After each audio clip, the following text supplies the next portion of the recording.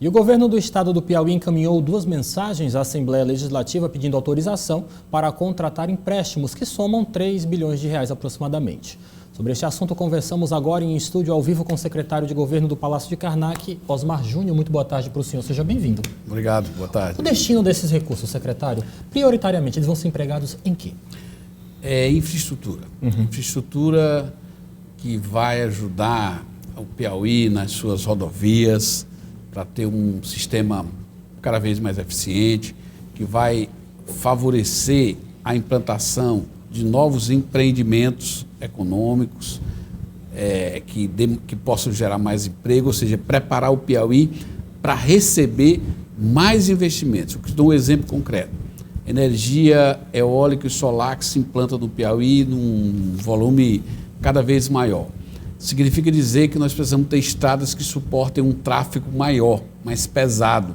Se você andar na região de São João do Piauí, hoje, onde nós somos do Piauí, Paulistana, Queimada Nova, Lagoa do Barro, por exemplo, sim, nós estamos com problema nas estradas, porque os caminhões são cada vez mais pesados. Transportam equipamentos mais pesados. Essa é uma rodovia que o Estado precisa manter em condições trafegáveis. É um investimento importante, ele gera empregos, ele gera oportunidades para as pessoas da região, mas há que se fazer também infraestrutura. Nós vamos investir em educação. O governador Wellington Dias, ele estabeleceu, e aí o governo teve uma grande vitória, que foi restituir ao Piauí, através de uma ação na Justiça, que foi decidida pelo Supremo Tribunal Federal, recursos de educação que o governo federal tinha retido indevidamente, que não tinha transferido para o Piauí ao longo dos anos. O governo ganhou essa ação, representa hoje 1,5 bilhão de reais. Nossa. Esse dinheiro já está na proposta de orçamento da União para 2020, portanto, o Piauí vai dispor de 1,5 bilhão de reais para investir na educação. Isso vai produzir um resultado que não é numa semana, num dia, numa semana, num mês, mesmo num ano, mas para os próximos anos nós vamos ter uma verdadeira revolução na estrutura, na infraestrutura da educação no Piauí, na educação pública, o que é um fator muito positivo. Portanto, essas autorizações, elas visam aproveitar esse momento em que o Piauí tem uma capacidade de endividamento e pagamento boa, porque se costuma dizer que para você tomar empréstimo não depende de você querer. Para tomar um empréstimo, você tem que ter condições para tomar um empréstimo. Claro. Você chega no banco, quer tomar um empréstimo, a primeira coisa que o banco vai fazer é o cadastro. É saber se você tem lastro para aquele empréstimo. O que o governo federal, através da Secretaria de Tesouro Nacional, concluiu? Que o Piauí tem lastro. O Piauí está entre os 10 estados brasileiros que tem nota de crédito A e B. No Brasil, só um estado tem nota A, é o Espírito Santo.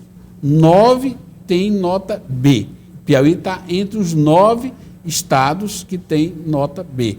Os outros têm nota C, tem nota D, portanto, não tem crédito. O Piauí tem. É importante também, e aí essa pergunta, eu estou até me antecipando, mas todo mundo pergunta o seguinte: não é perigoso tomar empréstimo demais? Principalmente a oposição, lá no governo, lá na Assembleia Legislativa, tem apontado, questionado essa capacidade de investimento do Estado. Olha, quando o governador Wellington assumiu o governo a primeira vez, isso ocorreu em 2003, eu tive a oportunidade, mesmo onde de ser seu vice-governador à época, a relação entre o que o Piauí devia e a sua receita era de 3-1, mais de 3.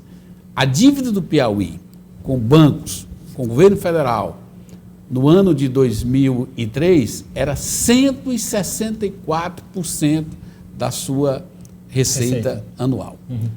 Este ano de 2018, a relação entre a dívida e a receita do Piauí é só de 50%. Ou seja, nesses 16 anos, houve uma redução de 2/3 na dívida do Piauí. Então, nós temos capacidade. Hoje, nosso comprometimento é de 50% só da receita. Para você ter uma ideia, os estados mais desenvolvidos, São Paulo,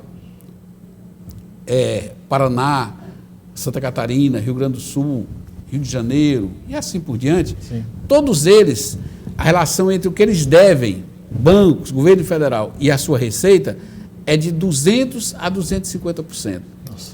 Então, nós estamos com uma capacidade muito grande e no momento em que as taxas de juros ofertadas são taxas extremamente baixas, o que é um favorecimento também para esse tipo de operação de crédito. Portanto, essa operação, o dinheiro não vai ser gasto em custeio, ele não pode ser gasto com salário, não pode ser gasto com a despesa cotidiana do governo.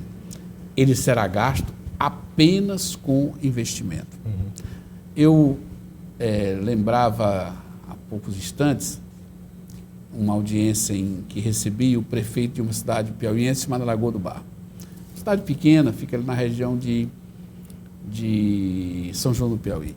Aquela região está recebendo grandes investimentos na área de energia eólica e energia solar.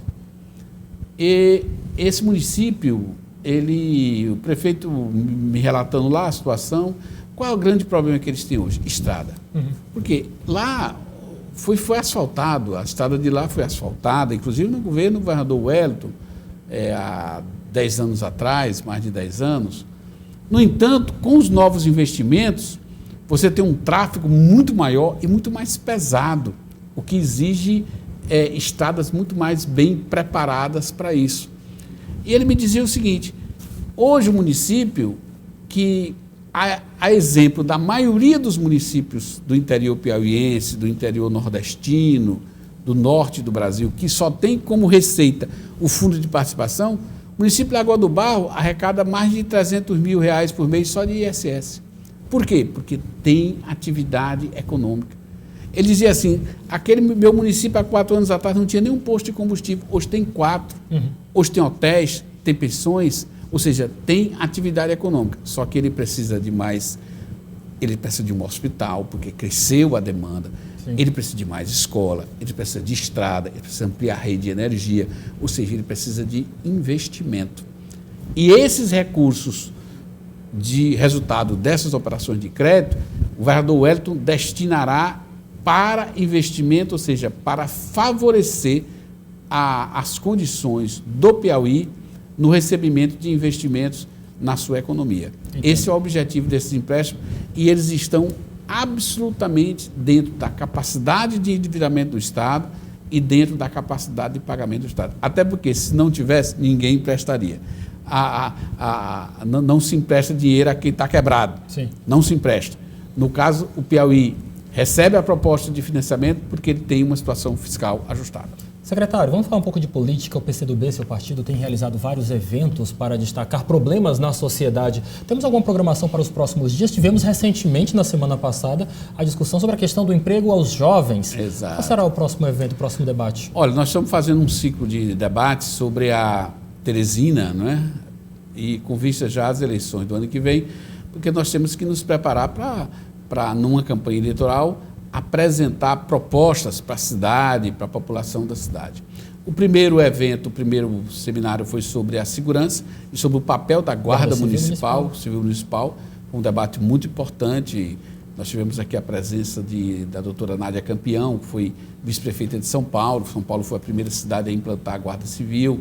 Então, nós queremos essa experiência para ajudar no sentido de que a Guarda Civil ela possa cada vez mais cumprir o seu papel, garantindo o patrimônio público. Essa agora foi sobre desemprego. Desemprego é o problema mais grave do Brasil hoje.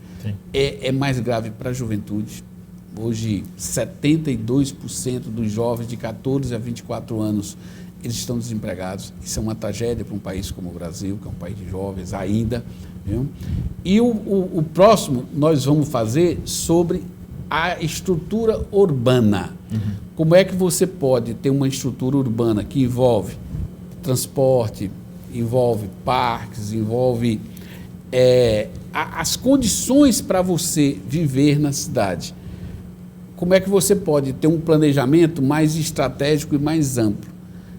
Esses problemas urbanos que que decorre daí, para que lado a cidade cresce, quais são os incentivos que se dá para que ela cresça melhor, para que ela se estruture melhor, para que ela ofereça um serviço melhor, que será o objeto do nosso próximo seminário. Então, nós vamos contar aí com a participação do secretário de Ciência e Tecnologia do Estado do Ceará, Inácio Arruda, que foi deputado, foi senador da República, um homem muito experiente nessa questão urbana e que virá trazer a sua contribuição para o debate. Para encerrar nossa conversa de hoje, secretário, gostaria de saber do senhor se há alguma articulação lá na Secretaria de Governo para o retorno dos deputados que já foram secretários às suas respectivas secretarias, ou então, por enquanto, fica como está? Veja, o governador, ao compor a equipe, ele convidou 6 deputados, deputadas, para formar o secretariado. Fez esse convite confiando na capacidade, no compromisso, na integração que esses parlamentares têm com o projeto de governo que foi eleito, que o governador Wellington lidera. Ele mantém essa confiança nesses parlamentares. No entanto, esses parlamentares pediram para retornar à Assembleia sob o argumento que é justo e é correto, de participarem do debate sobre esses financiamentos, sobre essas obras que decorrerão desses financiamentos que a Assembleia começou a fazer a partir de ontem. O governador não tinha outro caminho senão aceitar esse pedido. Isso gerou ao retorno deles a saída dos suplentes, mas isso não decorreu de uma ação de governo, decorreu de uma ação individual, embora tomada em um grupo desses parlamentares, de retornarem à Assembleia. O que o governador tem dito é que ele tem uma base ampla, dela participa quem tem mandato, quem não tem mandato, participam aqueles que acreditaram nesse projeto e trabalham por ele. Ele afirma também que mantém a inteira confiança na capacidade e no compromisso desses parlamentares de exercerem a função, o trabalho de secretário. E isso vai depender, evidentemente, do posicionamento dos próprios parlamentares. Não é o governo não articulou a saída, portanto, não articula a volta. Ok, muito obrigado, secretário. Boa tarde para o senhor e volte sempre. Obrigado. Até a próxima.